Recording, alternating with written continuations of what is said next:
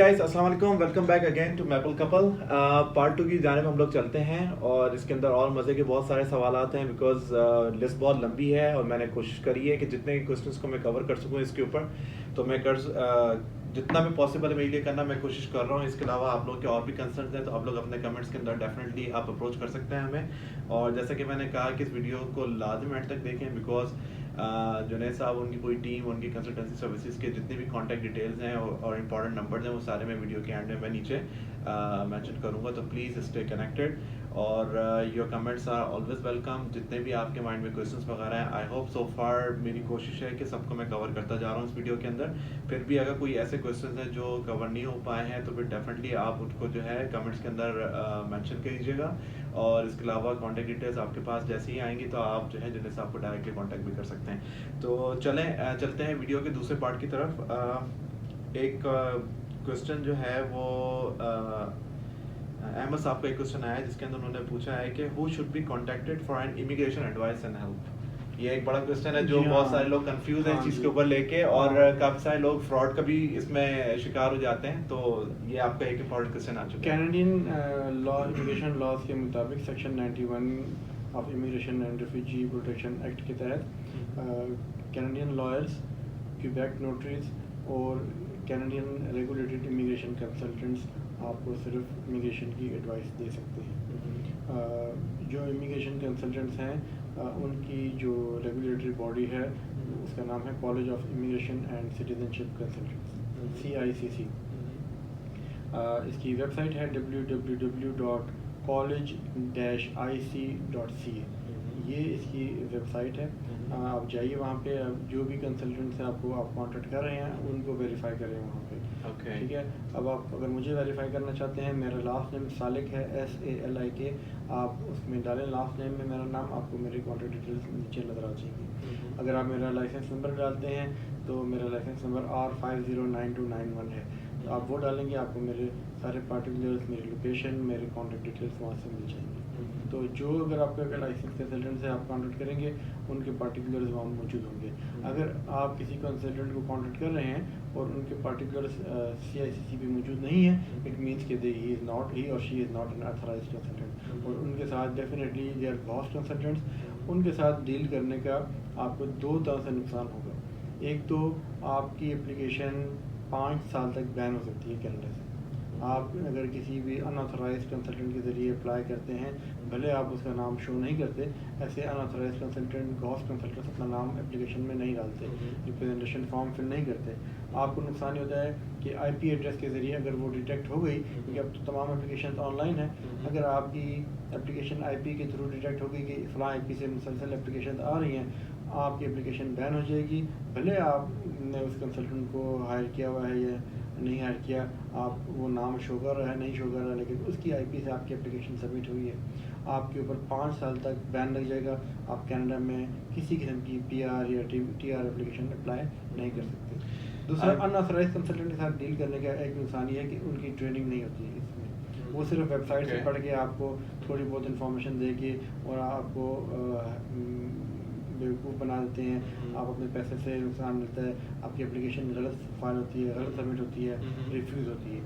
ठीक है। जबकि लाइसेंस इमिग्रेशन कंसल्टेंट पहले तो इमिग्रेशन का कोर्स करते हैं, उसके बाद वो एग्ज़ाम देते हैं, फिर वो लाइसेंस मिलता है। उसके बाद हर साल कम से कम 16 आवर्स की CPD आवर्स हमें अटेंड करने होते हैं, ट्रेनिंग्स लेनी होती हैं ताकि हम अपने आप को अप टू डेट रख सकें। ये रिक्वायरमेंट्स होती हैं। तो इसीलिए एक लाइसेंस इमिग्रेशन कंसल्टेंट डेफिनेटली आपके इंटरेस्ट को प्रोटेक्ट करता है। Okay, that's really great. So viewers, इस पॉइंट को ज़रूर आप नोटिस कीजिएगा कि बजाय इसके कि आप ब्लाइंडली आप किसी भी XYZ कंसल्टेंट को आप ऐसे पैसे दें without any verification, please just to make sure आपका पैसा, आपका टाइम बहुत कीमती है, इसको ज़ाया मत कीजिए। आप लोगों की एक नेग्लिजेंस की वजह से आपकी, जैसे जुनैद साहब ने भी बोला कि एप्लीकेशन 5 साल के लिए बैंड हो सकती है, तो प्लीज़ अपने वक्त को ज़ाया मत कीजिए। कोशिश कीजिए कि आप जो भी कंसल्टेंट को हायर करें वो एक लाइसेंस कंसल्टेंट हो, बिकॉज ये इन्फॉर्मेशन कोई नहीं बताएगा। जस्ट ओनली जो रजिस्टर्ड हैं, जो वेरीफाइड कंसल्टेंट्स हैं, आप लोग उनको अप्रोच कीजिए, इररिस्पेक्ट ऑफ द फैक्ट कि वो कंसल्टेंट वो कनाडा में है, वो UK में है, वो अमेरिका में है, वो कहीं पे भी हैं। As long as they are registered and they are legal और ऑथराइज्ड हैं और रजिस्टर्ड हैं, तो फिर डेफिनेटली वो मतलब आपको कहीं पे भी लूज़ नहीं करेंगे और ना ही आपका पैसा कहीं लूज़ होगा, ना आपका टाइम कहीं बर्बाद होगा। प्लीज़ मेक श्योर कि बहुत सारे लोगों ने मुझसे ये एक सवाल ज़रूर किया था कि जो भी कंसल्टेंट कनाडा के अंदर हैं तो हम उनको अगर पैसे ट्रांसफ़र करते हैं तो हमें क्या पता है कि वो पैसे लेके कहीं भाग ना जाएं। और ऐसे बहुत सारे लोगों के साथ मिडिल ईस्ट के अंदर भी ऐसा हुआ है कि वो बेचारे वो उनका पैसा बहुत ज़ाया हुआ है। तो प्लीज़ इस चीज़ को ज़रूर मेक श्योर कर लें। तो जुनेद साहब ने इवन बताया कनाडा में भी कुछ अनऑथराइज्ड घोस्ट लोग आपको बेवकूफ़ बना रहे होते हैं, तो मेक श्योर कि आपका इमिग्रेशन कंसल्टेंट जो है वो college-ic.ca पे उसके पार्टिकुलर्स मौजूद हैं। अगर नहीं है तो इट मीन्स के वो आपको बेवकूफ़ बना रहे हैं। जी, आपने देखा कि नीचे ये वेबसाइट का नाम भी आ रहा है, तो आप इसको एक दफ़ा और व्यू करें। जितना आप इंफॉर्मेशन आप इनसे ले सकते हैं। मैं तो बहुत ज़्यादा मैं सरप्राइज हूँ कि ऐसी बहुत सारी इन्फॉर्मेशन थी जो मुझे नहीं पता था, जो जिन्हें से हमने बताई है। इनफैक्ट ये कोई भी नहीं बताता। So just to make sure please again I am saying, आप ये नीचे जो वेबसाइट आ रही है आप इसको लाजम विजिट कीजिए, अपने कंसल्टेंट को वेरीफाई कीजिए before going anywhere else. Don't waste your money. आपका पैसा और टाइम आपका बहुत कीमती है, तो जस्ट टू मेक श्योर कि मतलब आप सेफ हैंड्स के अंदर हैं। तो चलें, moving to another question, how can we sponsor our parents for permanent residence of Canada? जी हाँ, पेरेंट्स की स्पॉन्सरशिप होती है। हमने ये क्वेश्चन पिछले क्वेश्चन भी में डिस्कस कर चुके हैं। पेरेंट्स की स्पॉन्सरशिप फाइल की जाती है। ठीक है। And what is super visa? हाँ, मैंने बताया पहले भी कि पेरेंट्स के लिए इंस्टेड ऑफ स्पॉन्सरशिप 5 साल तक का सुपर वीज़ा आपको मिलता है। पेरेंट्स आके 5 साल तक कनाडा में रह सकते हैं। ठीक। Visitor visa for family members? हाँ, आपके फैमिली मेम्बर्स, आपके सिबलिंग्स, आपके parents, friends and family members, different family members Canada का विजिटर वीज़ा अप्लाई कर सकते हैं। आ सकते हैं, आपसे मिलने आ सकते हैं, आपके पास स्टे कर सकते हैं। और ये visitor visa maximum up to 10 years तक होता है। That's great. एक है थोड़ा बड़ा क्वेश्चन है लेकिन ये बहुत ज़्यादा रिपीट हो रहा था। Mostly parents have apprehensions about marrying their children in home country and bringing their spouse to Canada.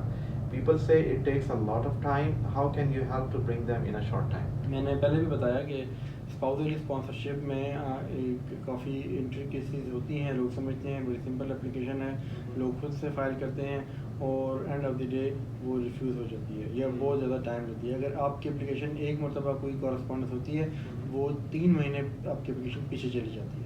Okay, एक कॉरस्पॉन्डेंस की वजह से। तो हम being licensed and experienced immigration consultant, जब हम एप्लीकेशन फाइल करते हैं, हमारी नॉर्मल एप्लीकेशंस मिनिमम 7, 8, 9 मंथ्स में प्रोसेस हो जाती हैं। फिर एप्लीकेशन टू एप्लीकेशन वेरी भी करता है, मैक्सिमम 10, 11 या 12 मंथ्स में एप्लीकेशन प्रोसेस हो जाती है हमारी। इसी वजह से कि इसमें कोई बैक एंड फोर्थ नहीं होता, एप्लीकेशन स्मूथली आगे बढ़ती है और वो मिनिमम टाइम में हमारी एप्लीकेशन एक्सेप्ट हो जाती है। एवरेज प्रोसेसिंग टाइम बहुत ज़्यादा है। अगर आप वेबसाइट पे देखें, एवरेज प्रोसेसिंग टाइम बहुत ज़्यादा होता है। मे बी 2 ईयर्स है, 2.5 ईयर्स है, लेकिन वो हर एक के लिए नहीं है। वो जो लोग खुद से अप्लाई कर रहे होते हैं उनकी एप्लीकेशन यस इतना टाइम लेती है। हमारी एप्लीकेशन जो हैं वो नॉर्मली 8 to 12 मंथ्स में मैक्सिमम फाइनलाइज हो जाती है। सही। इसी से मिलता जुलता रियाज खान साहब ने सवाल किया है, we have seen that people sponsor their spouse and process their applications themselves. Some of them are refused though they are genuinely married. How would you treat such applications? What advice would you give them? मैंने जैसे पहले बताया कि ये काफ़ी इसमें intricacies involve हैं, complications होती हैं। ये सिर्फ डेटा फिलिंग नहीं होती, कई ऐसी चीज़ें होती हैं इसमें जो कि आपने डॉक्यूमेंटेशन करनी होती है, क्वेश्चन के आंसर्स करने होते हैं, सपोर्टिंग डॉक्यूमेंट्स अटैच करने होते हैं। और एक अगर छोटी सी फी के बदले आपको ये स्पाउसल एप्लीकेशन प्रोसेस कर लेते हैं तो आपको दिमागी सुकून भी मिलता है, आपके स्पाउस भी आ सकते हैं। इन्हीं वजूहात की वजह से हमने देखा है कई केसेस में डिवोर्सेस भी हो जाती है। ओके। क्योंकि स्पाउस की एप्लीकेशन प्रोसेस नहीं हो रही, दोनों तरफ फ्रस्ट्रेशन बढ़ जाती है, लड़ाई झगड़े फैमिलीज में डिस्प्यूट क्रिएट हो जाते हैं, डाउट क्रिएट होते हैं और वो डिवोर्सेस तक बात चली जाती है। ये कई मरतबा ऐसे हुआ है, ठीक है। और वो इसी वजह से है कि लोग खुद समझते हैं कि हम वो ये बड़ी सिंपल सी एप्लीकेशन है, वो किसी गलत बंदे से फॉर्म फिल करवा के और सबमिट कराते हैं। रिजल्ट ये होता है वो रिफ्यूज़ होती है और जब रिफ्यूज़ल के बाद अपील में जाते हैं, आप अपील में आपका साल 1 साल का मजीद लग जाता है, खर्चा आपका दोबारा आएगा और अब वो आपको ज़्यादा पेमेंट करनी पड़ेगी। हमारी आज की डेट में जो स्पाउसल स्पॉन्सरशिप की फ़ी है वो $3500 है, जबकि अपील में हमारी फ़ी $4000 है। तो आपने अगर खुद से फाइल किया है और रिफ्यूज़ हो गया है और अपील में जा रहे हैं, आपने $4,000 पे कर दिए। तो बेहतर ये है कि आप टाइम भी बचाएं, पैसे भी बचाएं और अपने प्रॉपरली एप्लीकेशन फाइल करें। That's great. इसके बाद एक क्वेश्चन हमारे पास आया है, ये जुनैद साहब ने ये क्वेश्चन जो है ये सऊदी अरेबिया से करा है। इन्होंने पूछा है, most of people have siblings who also want to apply for Canadian permanent residence, what advice would you give them? Canadian कवानीन के मुताबिक सिबलिंग्स के लिए कोई स्पेशल कैटेगरी नहीं है, सिर्फ चंद प्रोमिसेस में आपको कुछ एक्स्ट्रा पॉइंट्स मिलते हैं जिनकी बेसिस पे आप आपके सिबलिंग्स कनाडा में उन प्रोमिसेस में अप्लाई कर सकते हैं अगर आप उन प्रोमिसेस में रह रहे हैं। लाइक सस्कैचुअन प्रोमिस है जहाँ पे कुछ एक्स्ट्रा पॉइंट्स मिलते हैं आपको सिबलिंग्स की वजह से, या मैनिटोबा में मिलते हैं। तो इनमें आप, लेकिन आपको उस प्रोमिस की अदर रिक्वायरमेंट्स को मीट करना होता है। ओके। तो तब आपकी होती है, अदरवाइज फेडरल लॉज में एज ऑफ टुडे कोई ऐसी प्रोविज़न नहीं है कि आपको कोई एक्स्ट्रा वेटेज मिलती हो बीइंग अ सिबलिंग। पॉइंट्स मिलते हैं आपको, 5 पॉइंट्स मिलते हैं FSW में, बट स्पॉन्सरशिप की सिबलिंग्स के लिए कोई कैटेगरी नहीं है। एज ऑफ टुडे किसी भी जगह पे किसी भी प्रॉमिस में सिबलिंग्स की स्पॉन्सरशिप नहीं है। ये वो करती थी बहुत पहले, 10-12 साल पहले वो करती थी डिफरेंट प्रॉमिस में, अब आजकल नहीं है। अच्छा, इस आई होप कि आप सब लोगों को इन सारी चीज़ों के बारे में इंफॉर्मेशन होगी, और कुछ ऐसे लोग हैं जो कनाडा के लिए अप्लाई करना चाहते हैं जिनको बिल्कुल भी कनाडा की immigration, PR, study visa, business और विजिट वीज़ा के बारे में कोई इन्फॉर्मेशन नहीं है। सो उससे रिलेटेड एक बड़ा एक इंपॉर्टेंट क्वेश्चन है, बहुत सारे लोग इवन कंफ्यूज होते हैं। मैं भी शुरू में कंफ्यूज हुआ था, लेकिन थैंक यू सो मच, आपकी टीम ने बहुत मुझे हेल्प आउट करा था इसमें कि एक्सप्रेस एंट्री क्या है, what is basically express entry about? Express entry basically application management system है जिसमें कि स्किल्ड इमिग्रेंट्स या प्रोफेशनल्स अपनी एप्लीकेशन को सबमिट करते हैं। इसमें एक्सप्रेस एंट्री में डिफरेंट किस्म की एप्लीकेशंस की प्रोसेसिंग होती है, like federal skilled workers, federal skilled trades program, Canadian experience class and PNP। ये 4 किस्म, कुछ PNPs, नॉट ऑल PNPs, कुछ PNPs की एप्लीकेशंस एक्सप्रेस एंट्री पूल में जाती हैं और वहाँ से आप ड्रा के ज़रिए आपको इन्विटेशन मिलती है। आजकल न्यू रूल आए हैं जिसके तहत 3 किस्म की एक्सप्रेस एंट्री कैटेगरीज हैं। एक तो ऑक्यूपेशन इन डिमांड कैटेगरी है, एक जनरल कैटेगरी है, और एक जो है तो ये 4 कैटेगरी जो मैंने बताई, ये category based immigration like FSW, FSTP, CEC या PNP, ये 3rd कैटेगरी है। तो 3 किस्म की कैटेगरीज में ड्रॉज हो रही हैं। वेरी रिसेंटली ये सिस्टम शुरू हुआ है। Okay, how can people apply for provincial nomination? जी हाँ, अगर आप फेडरल इमिग्रेशन के लिए क्वालिफाई नहीं करते तो फिर आप प्रोविंशियल नॉमिनेशन के थ्रू कैनेडियन परमानेंट रेजिडेंस ले सकते हैं। प्रोविंशियल इमिग्रेशन थोड़ी सी लीनियंट होती है as compared to the federal में कंपटीशन ज़्यादा होता है, प्रोविंस में कंपटीशन कम होता है। चंद प्रोविंसेस ऐसे हैं जहाँ पे विदाउट जॉब ऑफर आप अप्लाई कर सकते हैं, लेकिन मेजॉरिटी ऑफ PNP प्रोग्राम्स में आपको जॉब ऑफर चाहिए होती है। ओके, ये हमारे पास पाकिस्तान एक और मैं एडिशन यहाँ पे कर दूँ, अक्सर लोग हमें कांटेक्ट करते हैं एटलांटिक इमिग्रेशन के हवाले से, AINP Atlantic immigration. Atlantic immigration की इंपॉर्टेंट आस्पेक्ट ये है कि वहाँ भी आपको जॉब ऑफर चाहिए। विदाउट जॉब ऑफर आप एटलांटिक प्रोमिसेस में अप्लाई नहीं कर सकते। That's great. एक ये पाकिस्तान से लाहौर से एक सवाल हमारे पास आया है, we have our siblings back home who are either well settled there or are over age to apply for Canadian permanent residence, but they want to send their children to study in Canada. What services do you offer to international students who want to study in Canada? जी हाँ, international students को हम पहले तो उनकी counselling करते हैं, उनका background देखते हैं, उनकी फाइनेंशियल पोजीशन देखते हैं, उनकी प्रेफरेंसेस देखते हैं, कैरियर प्लान्स देखते हैं, एंड अकॉर्डिंगली हम उनको कोर्स एंड इंस्टीट्यूशन ऑफर करते हैं जैसे हमने आपको ऑफर किया था। जी, और आपको हमने कैरियर प्लान बनाया था as per your previous background. तो इस तरह हम स्टूडेंट्स के लिए कोर्स सिलेक्ट करते हैं, इंस्टीट्यूशन सिलेक्ट करते हैं, फिर आपका एडमिशन प्रोसेस करते हैं। एडमिशन के बाद हम आपको वीज़ा प्रोसेस करते हैं आपका, और जब आप यहाँ पे आ जाते हैं फिर हम आपके साथ इन कॉन्टेक्ट होते हैं ताकि आपकी फ्यूचर PR एप्लीकेशन जो है वो हम उसके लिए प्लान कर सकें। इसके साथ मैं कोई इन्फॉर्मेशन मैं एडअप करता चलूँ। मुझे जब मैंने जुनैद साहब उनकी टीम को यूरो इमिग्रेशन को जब मैंने कांटेक्ट करा था तो मुझे कुछ नहीं पता था कि मैं किस प्रॉविंस में जा रहा हूँ, मेरा कॉलेज कौन सा है, मेरा प्रोग्राम कौन सा है, कौन सा इन डिमांड कोर्स है यहाँ पे इसमें एडमिशन लेना चाहिए। मुझे स्टेप बाय स्टेप मुझे मेरे सामने ऑल्टरनेटिव्स रखे गए थे, मुझे जुनैद साहब ने बहुत थॉरली गाइड करा था। मेरे इनके साथ काउंटलेस सेशन हुए हैं, और इसके अलावा मतलब इनकी टीम ने मुझे बहुत थोड़ी सपोर्ट करा था। कॉलेज मेरे लिए सिलेक्ट कर रहे थे, प्रोग्राम सेलेक्ट कर रहे थे, इन डिमांड कौन सा ऐसा प्रोफेशन है जिसके लिए मेरा कोर्स जो है बहुत सपोर्टिव होगा। तो प्लीज़ मैं बार बार ये वाली बात कह रहा हूँ, do approach your immigration consultants. And for your kind information also, इनका ऑफिस सिर्फ कनाडा के अंदर नहीं है, they are having their registered offices there in Karachi, Lahore, Islamabad and Peshawar. अगर आप पाकिस्तान की किसी भी सिटी से हैं तो आप इनकी टीम को अप्रोच कर सकते हैं, वो आपके सारे डॉक्यूमेंटेशंस को वहाँ से बैठ के भी प्रोसेस कर सकते हैं। एक इम्पॉर्टेंट बात मैं यहाँ पे ऐड करता चलूँ कि अक्सर लोग लोकल अनऑथराइज्ड कंसल्टेंट्स के पास, एजुकेशन एजेंट्स के पास जाते हैं कनाडा के स्टडी वीज़ा के लिए। वो जो लोग वहाँ बैठे हुए हैं उनको कनाडा की डायनामिक्स का नहीं पता, कनाडा की जॉब मार्केट का नहीं पता। वो आपको, उन्होंने सिर्फ चंद इंस्टीट्यूशन के साथ एग्रीमेंट कर रखे होते हैं और वही आपको प्लेस करते हैं, आपको पता नहीं है वो इंस्टीट्यूशन कहाँ पे है। ठीक है, अगर वो छोटे टाउन में है आपको जॉब छोटे टाउन में नहीं मिलेगी, लिमिटेड अपॉर्चुनिटीज़ होती हैं। ठीक है, आपको किस प्रोग्राम में एडमिशन किया है ये सबसे इम्पोर्टेंट होता है। आप 3 साल पढ़ाई कर लेंगे, 2 साल पढ़ाई कर लें, लेकिन बाद में आपको पता चला कि इस प्रोग्राम की तो वैल्यू ही नहीं है, इसमें तो एम्प्लॉयमेंट ही नहीं है, मुझे फ्यूचर में जॉब नहीं मिलेगी, तो आपका टाइम भी ज़ाया, आपके पैसे भी ज़ाया। तो इसलिए proper program, proper institution, proper level ये सिलेक्ट करना इंतहाई इम्पोर्टेंट है ताकि आपका वीज़ा लगे।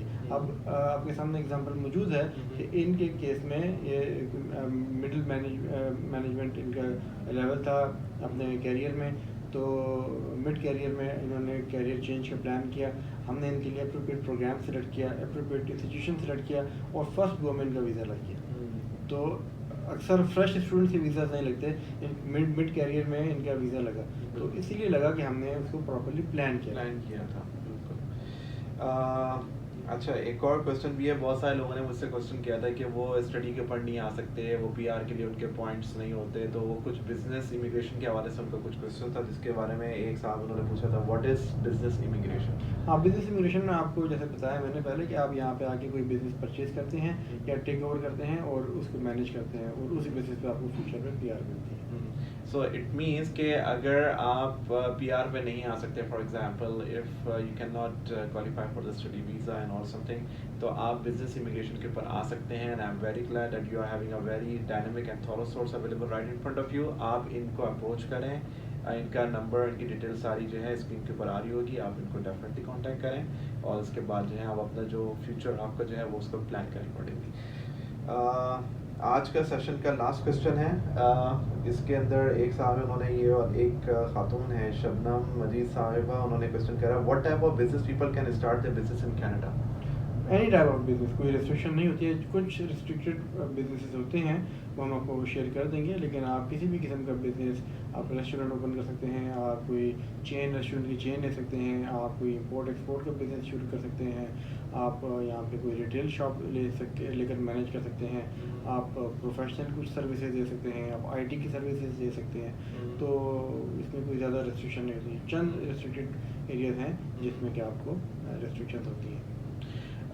सो गाइस, आई होप कि अभी तक के जितने भी क्वेश्चंस हैं आप लोगों के वो सारे सेटिस्फाइड हो रहे होंगे, एंड आई एम श्योर कि आप लोगों को बहुत सारी इन्फॉर्मेशन जिसका नहीं पता हो आपको मिली होंगी। So what you guys are waiting for, please do like, share, subscribe this video and specially the channel Maple Couple. और इस वीडियो का ये वाला पार्ट भी हम लोग यहाँ पे ऐड करते हैं, then stay tuned for the third part. और उसके अंदर जो भी आपके कंसर्न्स हैं, मेरी पूरी कोशिश है कि आप लोगों के सारे क्वेश्चंस को मैं उसके अंदर एंड अप कर पाऊँ। So don't go anywhere, stay tune with maple couple. Thank you so much. Thank you.